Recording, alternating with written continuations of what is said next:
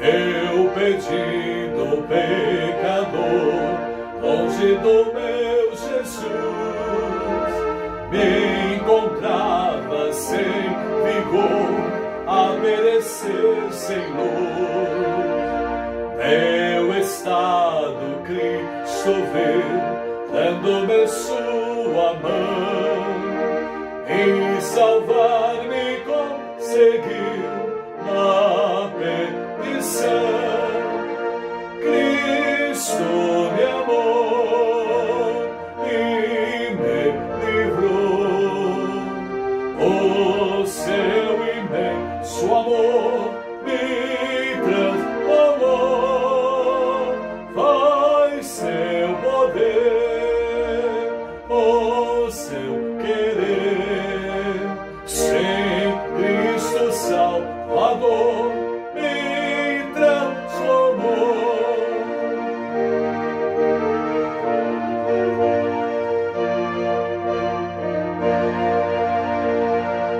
Minha vida, todo ser, quero lhe consagrar. A seu lado vou viver, o seu amor cantar. A mensagem transmitir aos que perdidos são. Venham todos a fruir a salvação.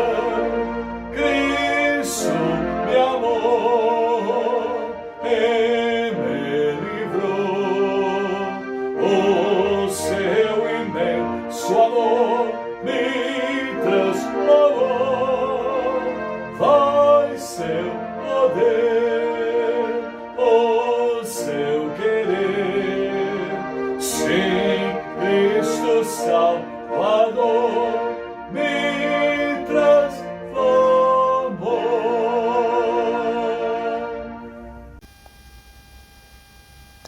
Olá, amigos! Olha, o clima exige mudança. Mudei até o meu visual hoje devido ao frio intenso no Brasil. E alegre porque juntos estamos novamente para a nossa escola dominical online. Feliz com você que chega agora, seja bem-vindo, e com os que estão há tempos também. Hoje eu quero convidá-los a abrirmos a Palavra de Deus no 5º livro do Novo Testamento, o livro de Atos. Então vamos hoje refletir em Atos capítulo 9. Então eu gostaria que você abrisse a sua Bíblia, que você a tem em mão, ou a virtual, Atos 9. E nós vamos refletir hoje, preparado para a mudança? Preparado para a mudança? Bíblia aberta? Então nós vamos ler alguns versículos de Atos 9. Inicialmente, Atos 9, 1. Saulo, respirando ainda ameaças e morte contra os discípulos do Senhor, dirigiu-se ao sumo sacerdote. Atos 9, 2. Ele pediu cartas para as sinagogas de Damasco, a fim de que, caso achasse alguns que eram do caminho, assim homens como mulheres os levasse presos para Jerusalém. E o versículo 3 de Atos 9. Seguindo ele estrada fora, ao aproximar-se de Damasco, subitamente, uma luz do céu brilhou ao seu redor. Bíblia lida, oremos. Pai querido, como é bom nós lermos a Tua Palavra, e todos os dias o Senhor tem nos alimentado através dela, e a nossa fé tem aumentado cada vez mais em Ti, e temos aprendido a descansar no Senhor, e agora nós estamos juntos. O Senhor conhece todos aqueles que estão a participar conosco agora no estudo da Palavra. Fala aos nossos corações, nos dê o alimento espiritual, e que eu seja um canal, um instrumento nas Suas mãos para aprendermos mais de Ti. Agradecemos ao Pai por este momento e oramos em nome de Jesus. Amém. Preparados para a mudança? Na verdade, o Carlos Rodrigues eles têm uma colocação pertinente a esse momento do estudo de hoje. Os dias não se repetem. Lembra até os filósofos do passado. cada minuto é diferente, tudo pode mudar em apenas um segundo. Isso é importantíssimo. Tudo pode mudar em apenas um segundo.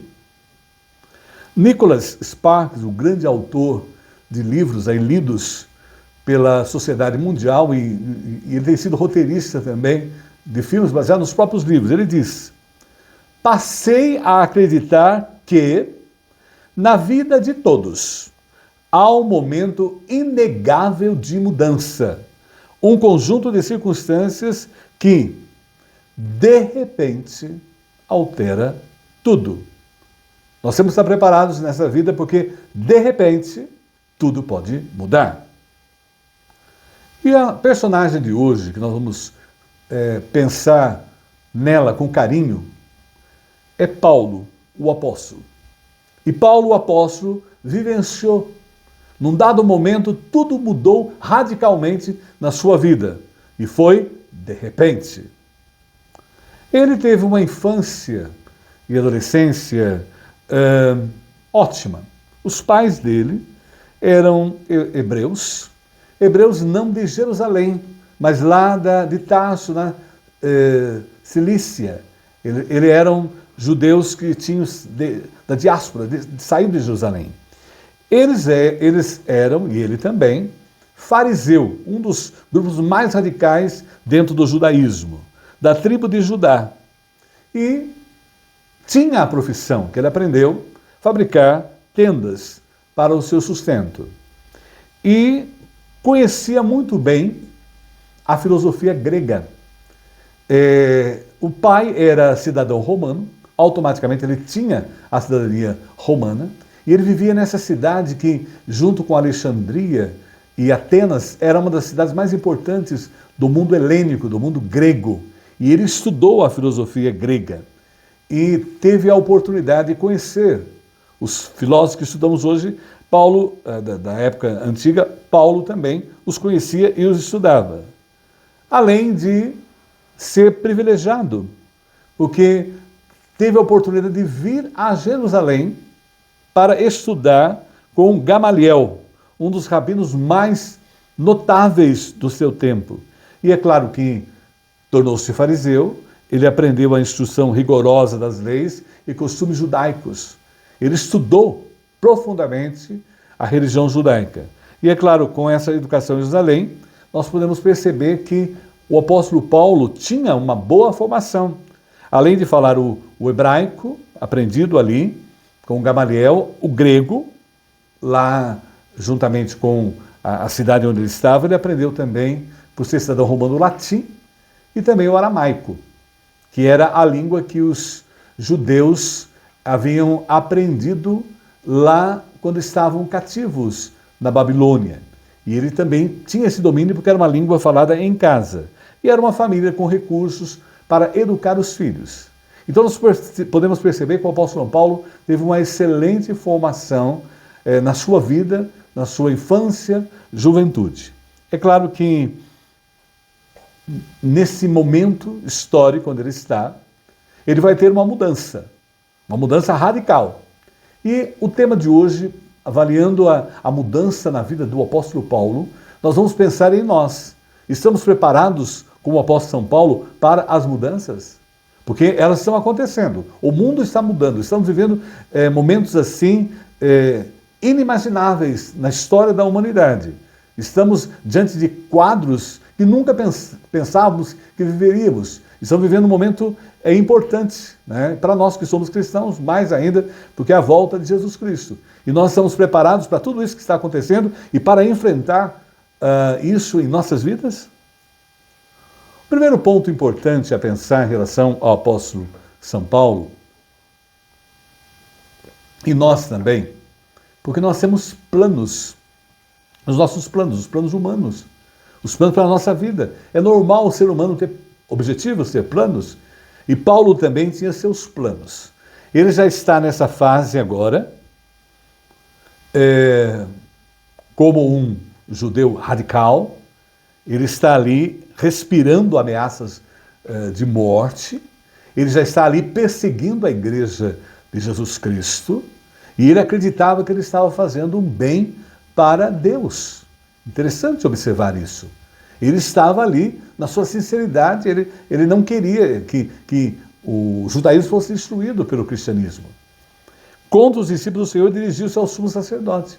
E ele, como era um líder do seu tempo, da sua época, ele com certeza fazia parte do sinédrio, e ele vai e pede ao sumo sacerdote, né?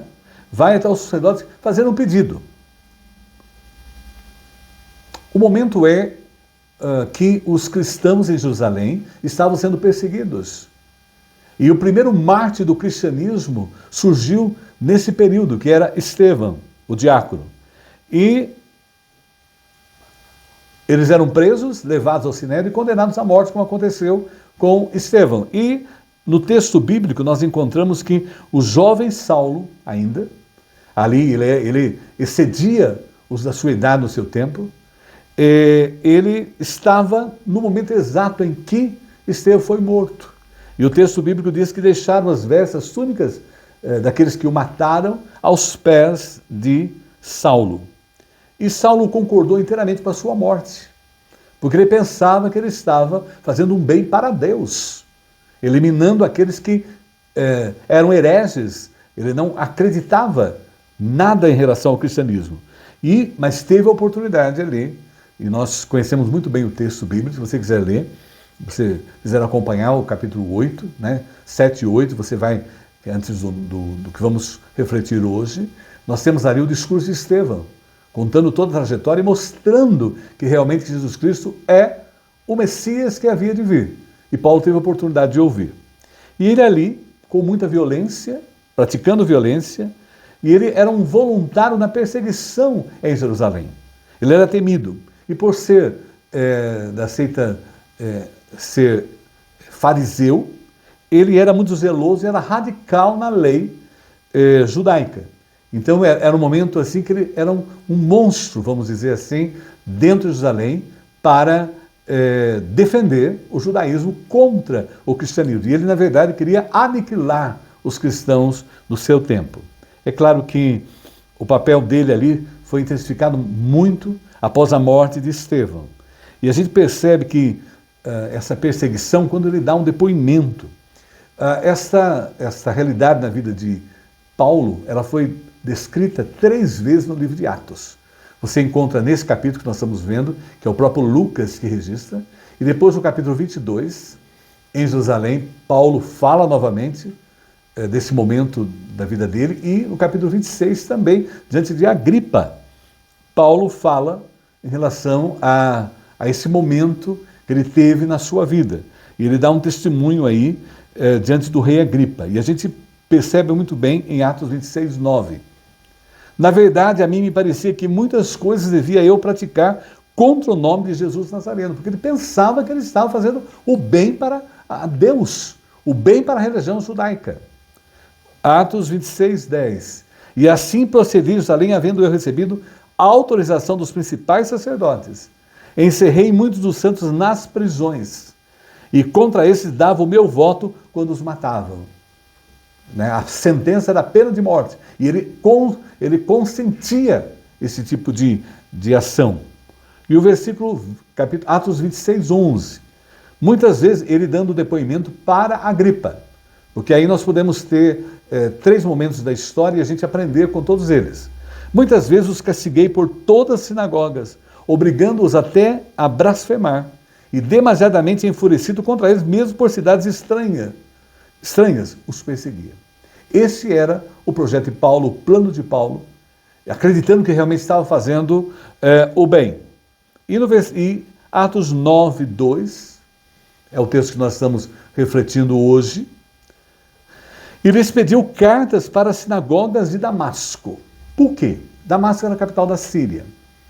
E, segundo o historiador Flávio Joséfos, da época, tinha uma grande colônia de judeus em Damasco e prosélitos também, pessoas que se convertiam ao judaísmo, que eram gentios, não eram judeus. E ele pediu para que, indo lá, que caso achasse alguns que eram do caminho, então é a primeira vez que aparece no livro de Atos essa expressão do caminho referente aos cristãos. Com certeza, ela é a lembrança de que Jesus é o caminho, a verdade e a vida. Então já eram conhecidos como do caminho. Assim, homens como mulheres. Então, era algo assim terrível.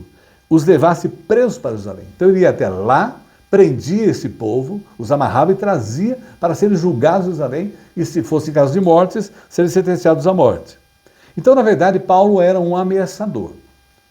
E a fama da sua crueldade percorreu as cidades. E ele era conhecido como um monstro na comunidade cristã.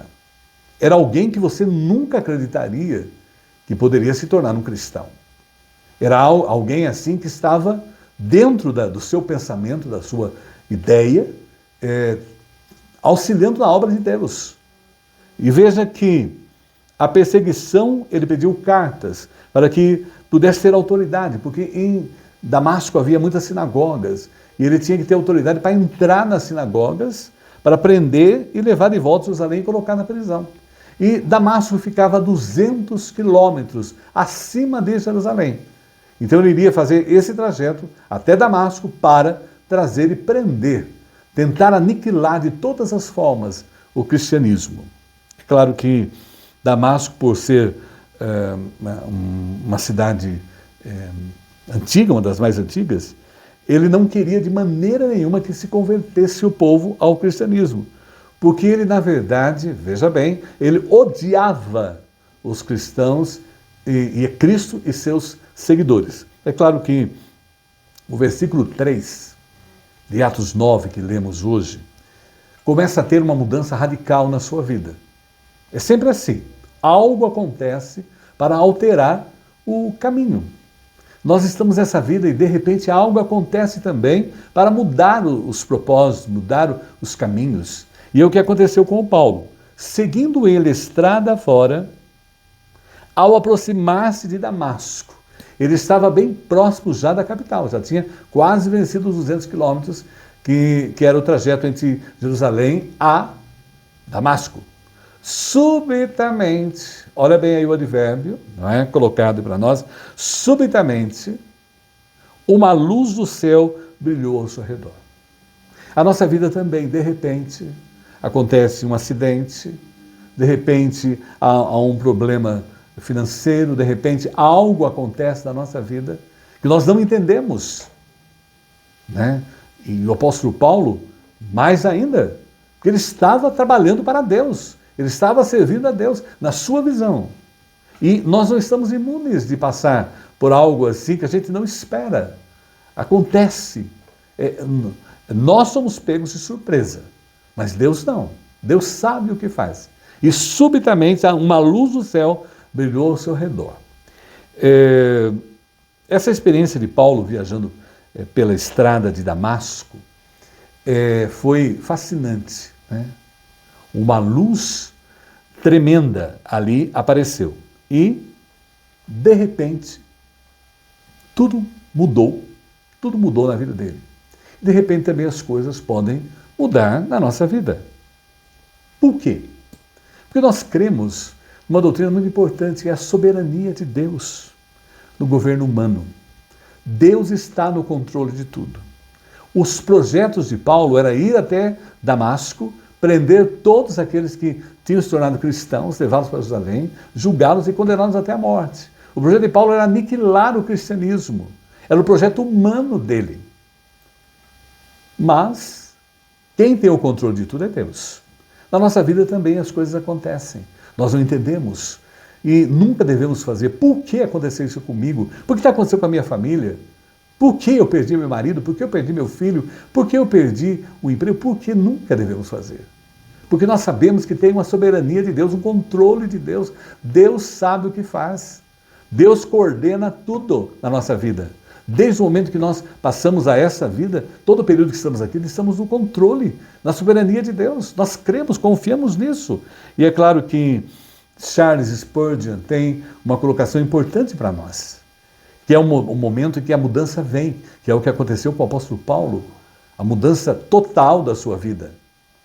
Quando você passa por uma provação, a soberania de Deus é o travesseiro sobre o qual você deita a cabeça. Você não entende, né? Por que aconteceu isso comigo? Eu sou crente, cristão, eu sou religioso, de repente isso aconteceu comigo.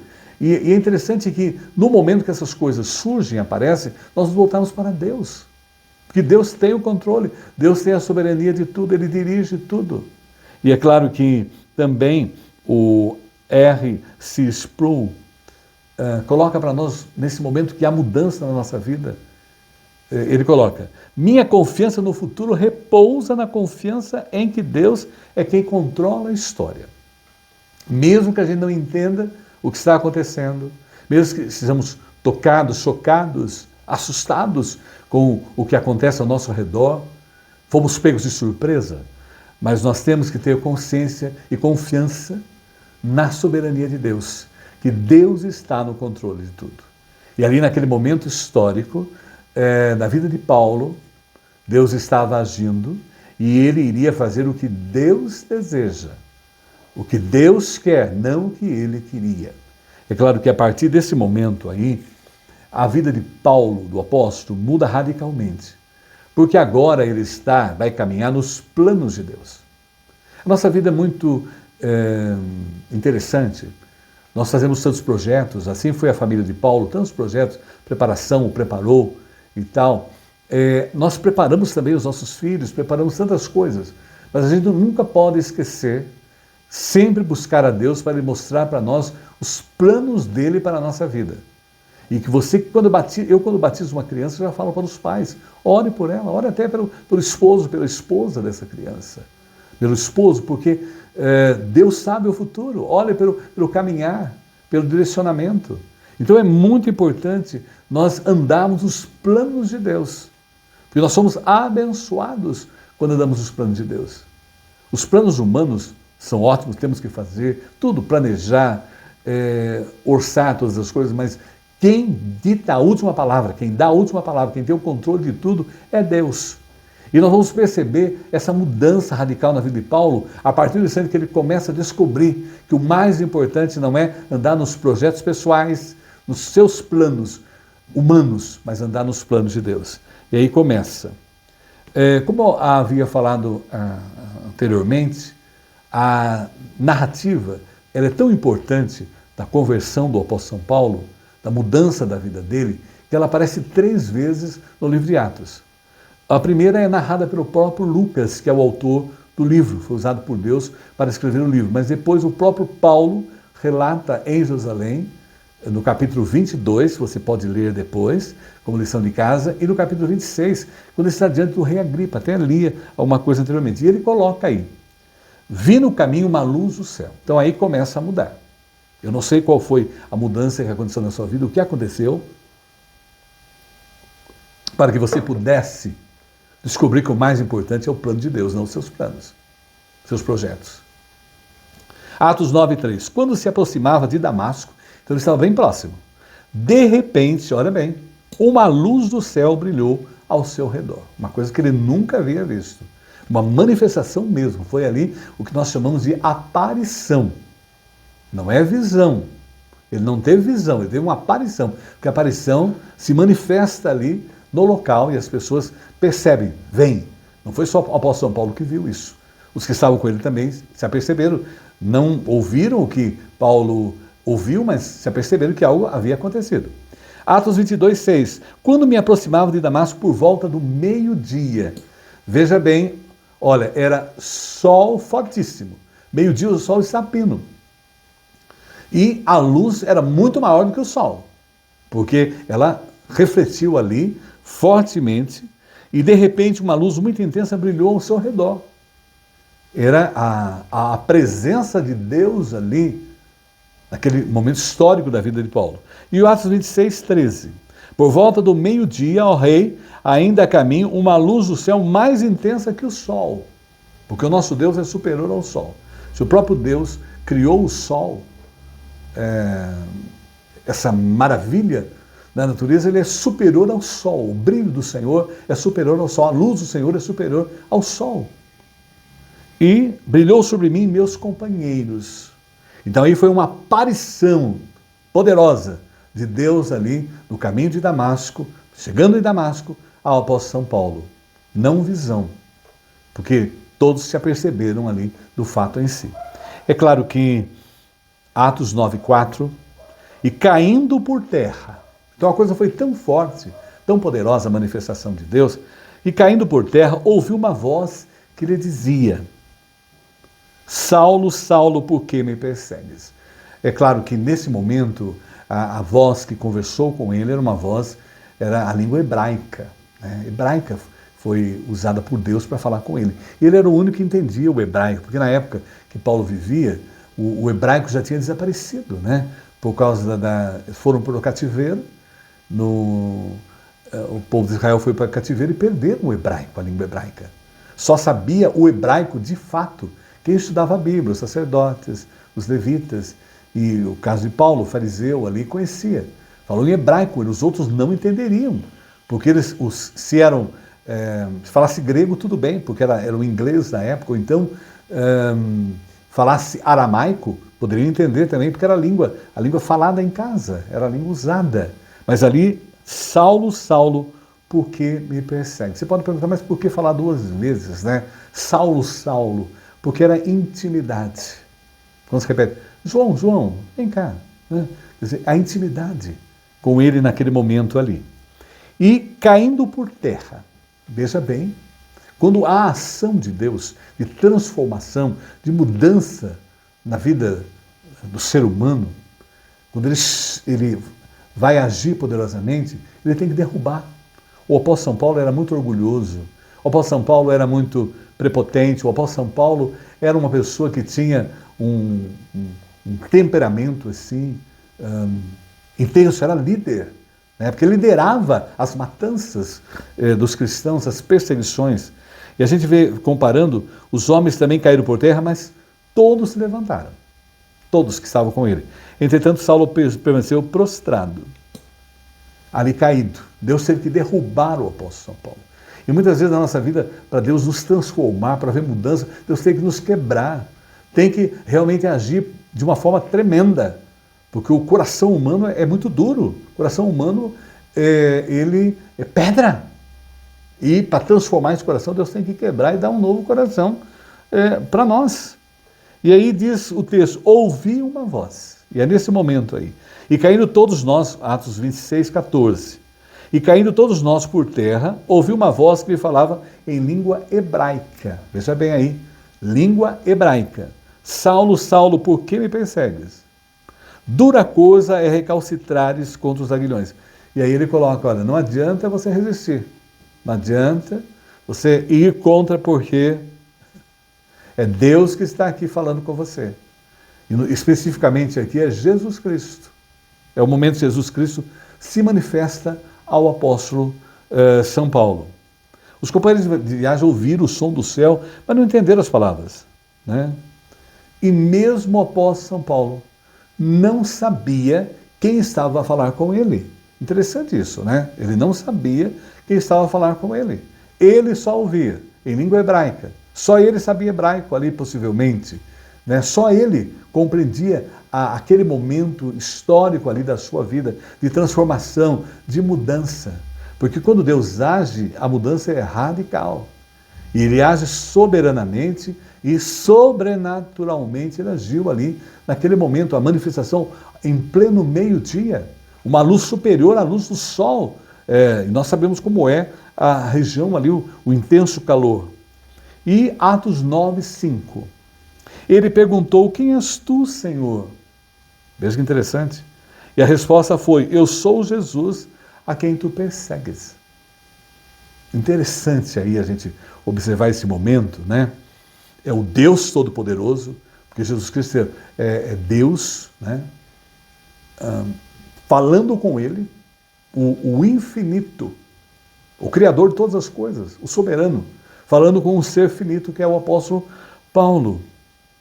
E você está perseguindo a mim, perseguindo a igreja. Nós somos parte dessa igreja de Cristo. Quando estão perseguindo a nós, que somos servos, somos parte da igreja de Cristo, nós estamos perseguindo o próprio Jesus Cristo. É claro que, quem és tu, Senhor? Eu gostei muito da colocação dele. O apóstolo São Paulo, ali naquele momento, né, essa palavra no grego, a palavra que é Senhor em grego é Kyrios, que refere-se a Jesus Cristo, né? Kyrios, mas também podia ser Senhor educadamente, a gente usar isso educadamente com alguém, né? E aí ele coloca, né? E o apóstolo São Paulo é interessante que, quando ele faz essa colocação, ele faz um questionamento.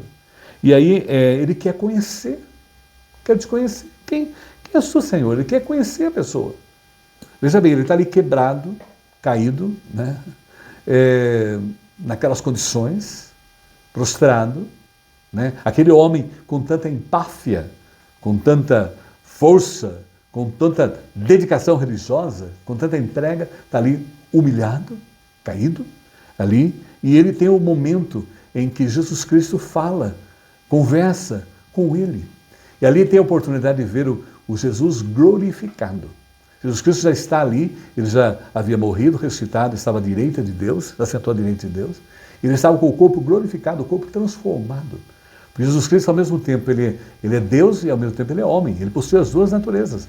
E ali ele estava já glorificado. O apóstolo São Paulo teve contato direto com ele ali, naquele momento da sua transformação, conversão. E humilde cego, ali, ele teve que ser quebrado mesmo para poder haver uma alteração completa. E consciente de estar diante do Senhor. Atos 22:10, uma outra referência a esse momento agora em que Paulo está narrando em Jerusalém. Então perguntei: que farei, Senhor? E o Senhor me disse: levanta-te, entre em Damasco, pois ali te dirão acerca de tudo que te ordeno nada fazer. Jesus poderia dizer tudo para ele, não, ele usa a igreja dele, ele usa o seu povo. E ele usar esse povo para orientar o apóstolo São Paulo. Em Atos 26, 16 e 18, ainda referindo a esse momento importante de transformação, porque é tão importante a conversão de Paulo, porque ele seria usado poderosamente dentro da igreja até hoje. Em Atos 26, 16 e 18 ainda temos: mas levanta-te, põe-te sobre os teus pés, porque te apareci por isso, para te pôr por ministro e testemunha tanto das coisas que tenho visto, como daquelas pelas quais te aparecerei ainda, livrando-te desse povo e dos gentios, a quem agora te envio, para lhes abrir os olhos e das trevas os converteres à luz, e do poder de Satanás a Deus, a fim de que recebam a remissão de pecados e herança entre os que são santificados pela fé em mim. E é tão importante que o trabalho do apóstolo São Paulo, começado ali com a sua conversão e trabalho, chegou até nós. Então vejam bem, depois de Jesus Cristo, que é o mais importante, né? Paulo é aquele que foi mais usado na obra, e até hoje a igreja é orientada, guiada pelos ensinos que o Espírito Santo deu capacitação a Paulo e ele escrevesse para chegar até nós. E Atos 9, 6, voltando ainda ao texto: mas levanta-te e entra na cidade onde te dirão que te convém fazer. Então o nosso Deus age de maneira poderosa ali naquele momento, né, de transformação na vida do apóstolo São Paulo. E, é claro, mudança de planos. Quando as coisas acontecem na nossa vida que a gente não entende, de repente, os planos caem todo abaixo. Porque não são os planos de Deus para a nossa vida. São os nossos planos, são os nossos objetivos, são os nossos interesses, mas não os interesses de Deus. O interesse de Deus para Paulo era outro, não o que ele achava que deveria ser. E o objetivo era encontrar alguém da seita dos cristãos de Damasco e levá-los presos a Jerusalém. Mas da escuridão, do ódio, o ódio que ele tinha de Jesus e seus seguidores, ele foi envolvido pela luz do céu, pela luz do mundo.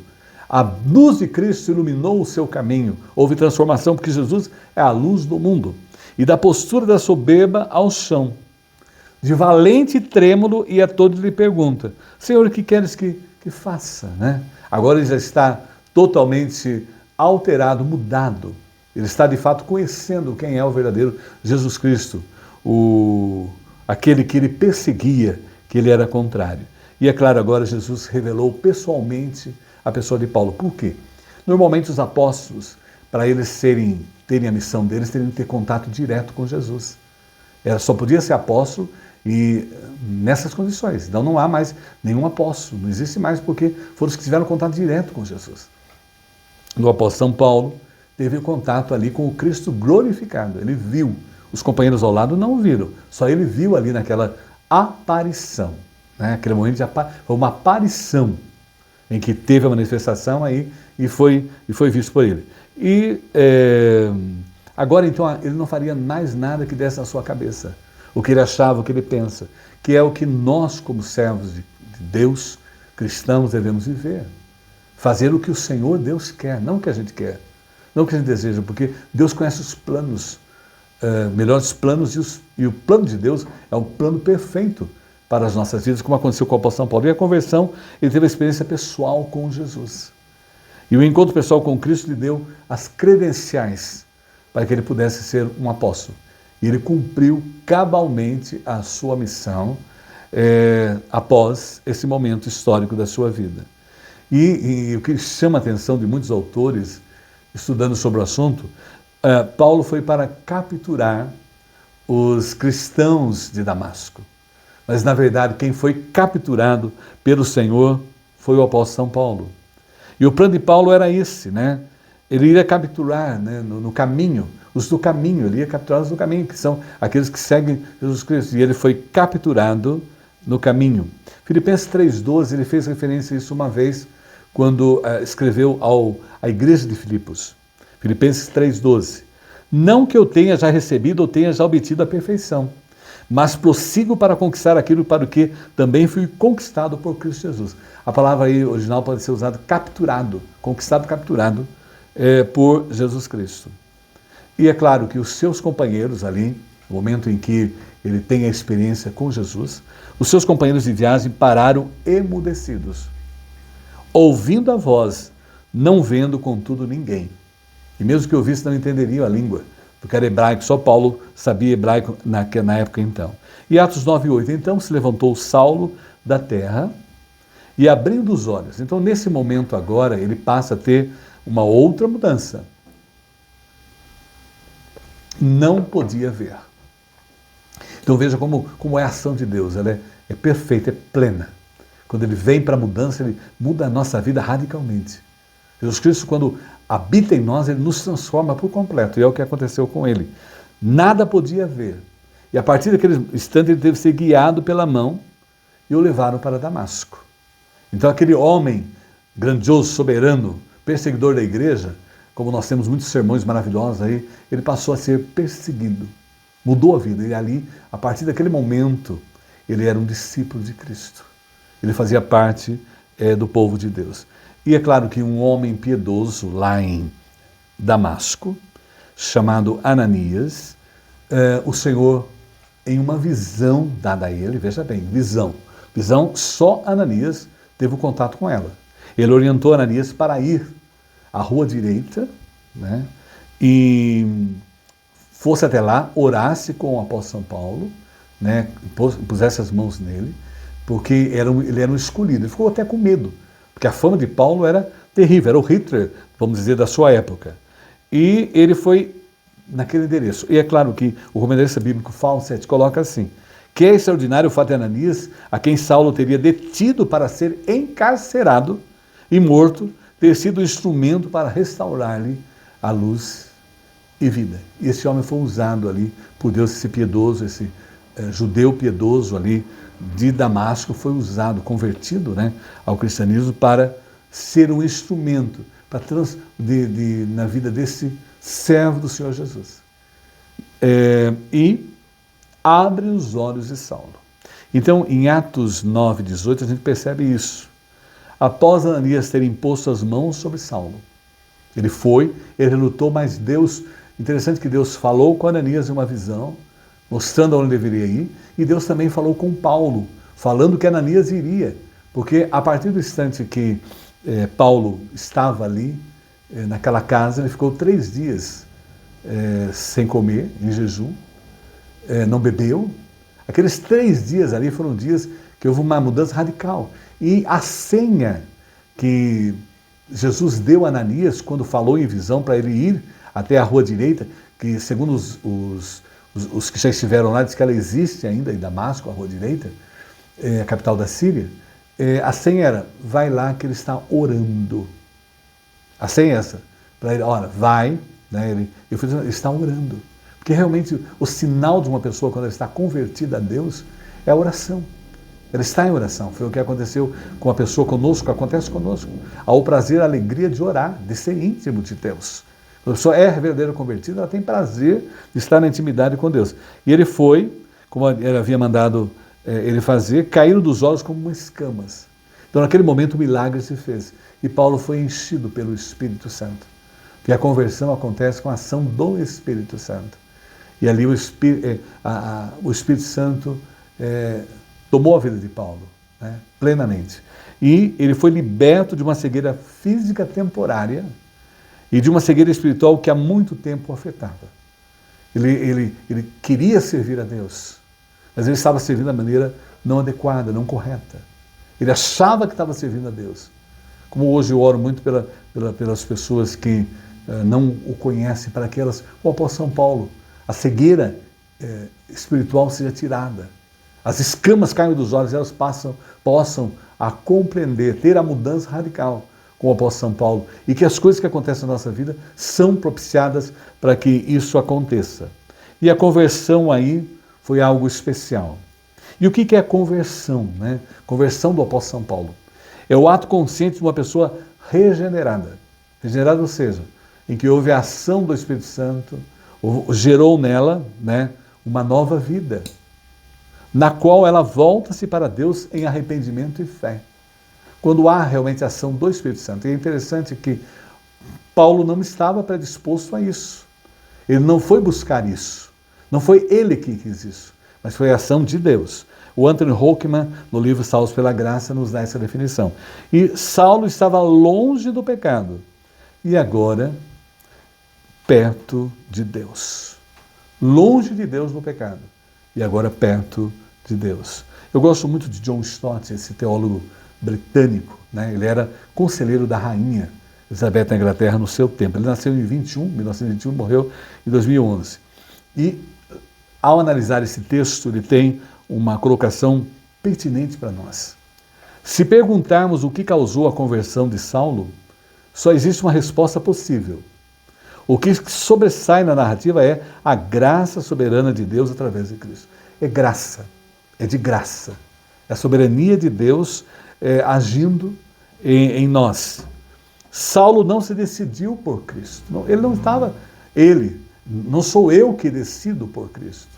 Saulo não estava propenso, ele odiava, ele queria destruir o cristianismo, destruir os cristãos. Não. Como podemos dizer? Pelo contrário. Ele estava perseguindo Cristo. É melhor dizer que Cristo se decidiu por ele e interveio na sua vida. E é isso que acontece. É Cristo que vem e interveio na vida dele. E é o que acontece hoje. É a ação de Cristo. Nós, por nós mesmos, não temos capacitação de ir até Cristo. Jamais. O pecado nos induz a ir contrário a Cristo, como aconteceu com o apóstolo Paulo. Mas agora não. Cristo veio até ele, interveio e ele foi salvo. Então, a evidência é clara aí, segundo o teólogo britânico John Stott, e é a verdade, né? Quando Cristo opera na vida da pessoa, há uma transformação radical. E é Ele que opera. E nós oramos para que Ele opere na vida dos nossos queridos e tal. E Jesus começou e completou a transformação na vida de Saulo. Porque Ele é o autor e consumador da nossa fé. Quando a gente lê Hebreus 12, 2, reflete. Tendo os olhos fitos em Jesus, o autor e consumador da nossa fé, é o único que pode nos salvar. É o único que fala ao nosso coração. Age como agiu na vida do apóstolo São Paulo. Ele, pela alegria que lhe fora proposta, suportou a cruz, desprezando a vergonha, sentou-se à direita do trono de Deus, conforme Hebreus 12, 2. E esse teólogo, Louis Berkhoff, foi o livro mestre. Eu fiz teologia em Campinas, no seminário, e era um livro nosso de teologia sistemática. E ele tem uma colocação bem pertinente a nós, no tempo de hoje. A providência de Deus não apenas mantém todas as coisas. Então nós cremos na providência de Deus. Na hora certa, Deus vai agir no local, que é o que aconteceu com o apóstolo São Paulo. Era no caminho de Damasco. Mas dirige cada evento para a realização de seus propósitos eternos. Então, a providência de Deus. Na nossa vida não existe coincidência, não existe acaso, não existe destino. Existe providência de Deus. Foi o que aconteceu. A providência de Deus operou ali no caminho de Damasco, colocação do grande teólogo Louis Berkhof. Em Romanos 8, 28, o apóstolo São Paulo mesmo agora, referendando, né? O Berkhof falou 100 anos atrás e tal, mas no primeiro século, a igreja, o início. E sabemos que todas as coisas contribuem para o bem daqueles que amam a Deus. Tudo o que acontece na nossa vida tem um propósito, tem um plano. Daqueles que são chamados por seu decreto. E isso é importante. Nós somos chamados para fazermos parte da família de Deus e tudo vai acontecer de acordo com os planos de Deus e nós descansamos, nós confiamos plenamente nos planos de Deus. E olha bem o propósito da vida do apóstolo São Paulo. Se nós observarmos, né, a conversão dele foi algo feito por Deus porque tinha planos especialíssimos. Se você vê, ele escreveu metade do Novo Testamento. Por isso a importância de colocá-lo no livro de Atos, aí, a sua trajetória. Ele escreveu Romanos, que é um livro especialista, se você nunca leu, leia, um livro doutrinário. 1 e 2 Coríntios, Gálatas, Efésios, Filipenses, Colossenses, 1 e 2 Tessalonicenses, 1 e 2 Timóteo, Tito, Filemão. Eu contei 13 aqui, quer dizer, o Novo Testamento tem 27, então veja bem, metade do Novo Testamento, Deus usou esse homem, porque agora o plano de Paulo não era esse plano, foi mudança de plano, né? O plano de Deus era outro. E hoje o apóstolo Paulo influencia tanto a história do cristianismo, que nós aqui em Brasil temos até, o estado de São Paulo, temos a capital, o estado de São Paulo, somos o estado de São Paulo, nós que vivemos aqui no estado de São Paulo, e temos a capital chamada São Paulo também. Então observe bem a influência dele, o usar de Deus na vida dele, e a mudança radical na vida dele transformou a história dele e do cristianismo. E o apóstolo São Paulo concluindo, de perseguidor a perseguido. E coloquei alguns textos que eu acho fortíssimos, que concluem a meditação de hoje, mostrando realmente a mudança radical feita por Deus na vida dele. Posso todas as coisas naquele que me fortalece. Isso ele fala à igreja de Filipenses, capítulo 4, 13. E é uma vivência nossa, como Paulo. Sejam meus imitadores, como também sou de Cristo. Olha, 1 Coríntios 11, 1. Algo fortíssimo na vida desse homem que foi usado por Deus. E, quando ele encerra o seu ministério aqui na terra, lá em 2 Timóteo 4, 7, ele diz: combati o bom combate, terminei a carreira e guardei a fé. E é claro que a palavra de Deus sendo usada hoje tem alcançado pessoas no mundo todo. E nós estamos percebendo que agora na volta de Jesus, o Evangelho está sendo espalhado, porque o Evangelho vai alcançar todas as partes do mundo. E nós temos lá o ator norte-americano Dennis Quaid, convertido. Se você nunca teve a oportunidade de vê-lo, assista. Existe um grupo chamado Gaither, ele faz programas na TV americana e tem no YouTube. A gente vê o Dennis Quaid cantando maravilhosamente bem, louvando a Deus. E ele diz: o mundo precisa de Jesus. E temos o ator lá, Neil McDonough, que é um ator cristão, que havia sido cancelado por não fazer cenas ditas em Hollywood. Diz que Deus lhe restituiu o dobro, tudo que perdeu. Os atores de Hollywood estão conhecendo o poder do Senhor. Nós temos lá, eu lembro com carinho do Jorginho, que foi um jogador de seleção, ganhou o título mundial, e ele diz o seguinte: não há título melhor do que ser filho de Deus. O Jorginho diz. Uma das atrizes mexicanas famosas no Brasil, somente através do SBT, com as suas novelas, após se converter, Thalia evangeliza e doa milhares de Bíblias para seus seguidores. Deus está mudando, transformando. A partir que a pessoa conhece Jesus, há uma mudança radical na vida delas. E eu apenas escolhi uma delas, que tem até programas de podcast evangélico, a Karina Bach, e no livro dela você tem a visão da transformação mais forte e corajosa. E ela tem Jesus Cristo como Senhor e Salvador. E ela tem uma frase que eu gostei: agora eu me sinto completa. Só Jesus pode completar a minha vida. E hoje, não sei quem está assistindo, quem está participando da escola dominical, você já está completo? Você já tem Jesus como Senhor e seu Salvador? Já experimentou essa dádiva especial que hoje está sendo colocada, que foi vista na vida do apóstolo São Paulo, e essas pessoas refletiram por quê? Porque Jesus transforma totalmente quando nós estamos nele, não é? E isso é visto lá em João 15,16. Não fosse vós que me escolheste a mim, pelo contrário, eu vos escolhi a vós outros e vos ensinei para que vades e deis frutos. E o vosso fruto permaneça, a fim de que tudo quanto pedis ao Pai em meu nome, eu vou-lo conceda. A partir do instante que Jesus transforma, ele dá uma nova vida completamente para nós, ele nos transforma com o seu poder. Romanos 6,4. Fomos, pois, sepultados com ele na morte pelo batismo, para que com Cristo foi ressuscitado entre os mortos, pela glória do Pai, assim também andemos nós em novidade de vida. Jesus transforma deixando o passado para trás. Isso é muito importante. Há uma transformação tremenda, e ele coloca aos Colossenses 3,5. Mortificai, pois, os vossos membros que estão sobre a terra, a prostituição, a impureza, o apetite desordenado, a vil concupiscência dos desejos, a avareza e que é a idolatria. E por causa dessas coisas que vem a ira de Deus sobre os que vivem na desobediência, aos quais vocês praticaram no passado, quando costumavam viver nelas.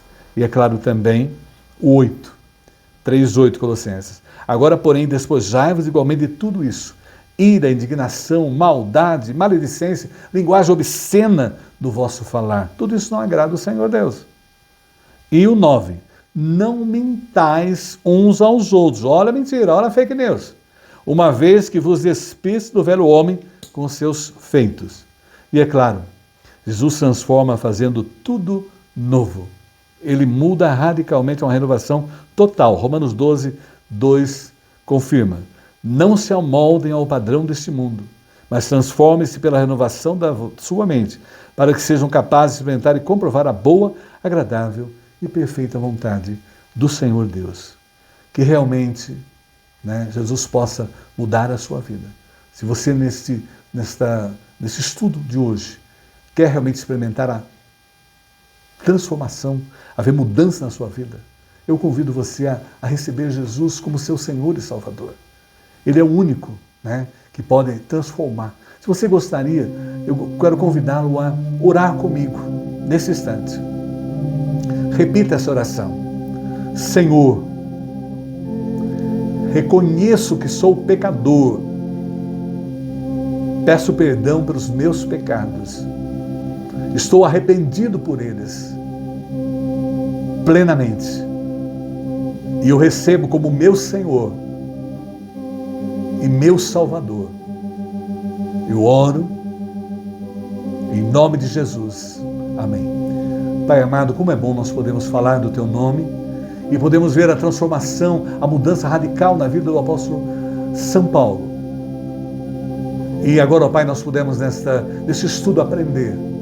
Ó Pai querido, todos aqueles que puderam sentir tocados pelo Teu Santo Espírito, nesse estudo, ó Pai, que o Senhor possa abençoá-los, derramar graça sobre graça, enchê-los da ação do Teu Santo Espírito e que eles possam sentir a segurança, a paz, a alegria, serem transformados por completo. E é maravilhoso saber que o Senhor operou no passado na vida de Paulo, operou na vida de todos aqueles que já passaram pela Tua igreja, estão na glória contigo e está operando hoje. Abençoe, ó Pai, todos que decidiram nesse dia. E agradecemos pela escola, ó Pai, e oramos em nome de Jesus. Amém.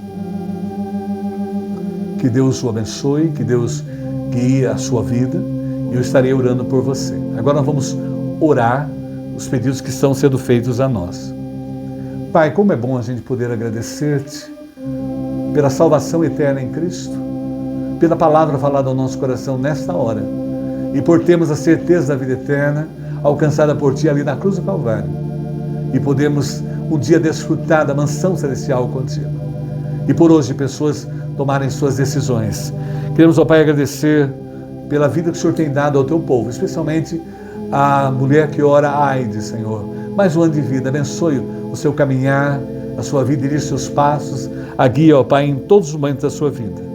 Agradecemos ao Pai também que o Senhor tem abençoado as famílias, os casamentos, pelos 65 anos dos meus pais, Geni e João. O Senhor tem conduzido a vida deles, nós viemos dessa união e agradecemos por tudo que o Senhor operou, tem operado na vida deles. Guarda-os, proteja e os abençoe nessa fase da vida que eles estão, Senhor. Queremos nesse instante, ó Pai, também interceder pelas famílias enlutadas, Senhor. São muitas famílias. O Senhor conhece os corações tristes. Tu és o que dá o conforto através do Espírito Santo. E seja, ó Pai, com Arlete, mãe de Júlio, e seja, ó Pai, com a Benedita, mãe de Jean. Conforta o coração dessas mães que os seus filhos foram morar contigo na eternidade. Guarde-as, proteja-as, abençoe com elas todos os familiares, especialmente Maria Eduarda, a senhora Duda, que é viúva de Júlio. Dá a ela o conforto nesse momento que ela tanto precisa, Senhor. Pensamos, ó Pai, pela vida da irmã Nadir Santos, porque temos orado com ela pela vida da sua neta Thaís e por Jorge, o esposo de Thaís. Oramos, o Senhor o tomou para si, ele está na glória contigo. Cuida delas agora, ó Pai, e da família, dando conforto, Senhor. Queremos, ó Pai, também orar pela Maurinice, a avó do menino que nós oramos toda semana aqui, do Mateus, Senhor, filho do coração de Patrícia, e o Senhor o tomou para si, ele está em glória. E seja, ó Pai, confortando cada uma delas. E os pais do Mateus também, a Lucas e Samara, que eles sejam revestidos com o Teu Santo Espírito e fortalecidos nessa hora de dor para eles que perderam o seu filho. E seja, ó Pai, com as pessoas que estão enfermas. Guarda o Marcelo Bragantini, Senhor. Cuida dele, opera ali naquela vida, e seja cuidando da sua esposa, Lucielena. Guarda o seu caminhar. Guarda o Felipe também, neto da Tânia, que vai precisar de fazer outras cirurgias. Seja acompanhando o seu caminhar, Senhor. Guarda o Eduardo Takenaca no seu tratamento, a Tânia no combate ao câncer, o Alexandre, a Sandra Citrone também. Seja cuidando, zelando, guardando aquela vida. Guarda, Senhor, também o seu Grigolon, o Reginaldo Mussim e o Hélio Gardenal, Senhor. Esteja acompanhando os passos de cada um deles. E não esquecemos da nossa vizinha Sueli, ó Pai, o seu tratamento, o seu filho Bruno. E seja, ó Pai, com o Sidney, tanto de Apiaí quanto de Tietê, Senhor. Guarda a vida de cada um deles. E guarda a vida também do Mateus, filho do Ari e da Suzana. Guarda todos nós, nos dirija, nos abençoe. E guarda o nosso país, que precisamos tanto do Senhor. Cuida da nossa nação, ó Pai. Guarda as lideranças em nível federal, estadual, municipal. E seja abençoando também a Tua igreja em nível mundial, nacional, estadual, municipal. Abençoando tudo que está sendo feito. Agradecemos por esse momento, para essa escola dominical. Nos abençoe e nos dirija. Nós oramos e oramos, agradecidos por tudo, e o fazemos em nome de Jesus. Amém. Que Deus abençoe. Amém. Vamos cantar.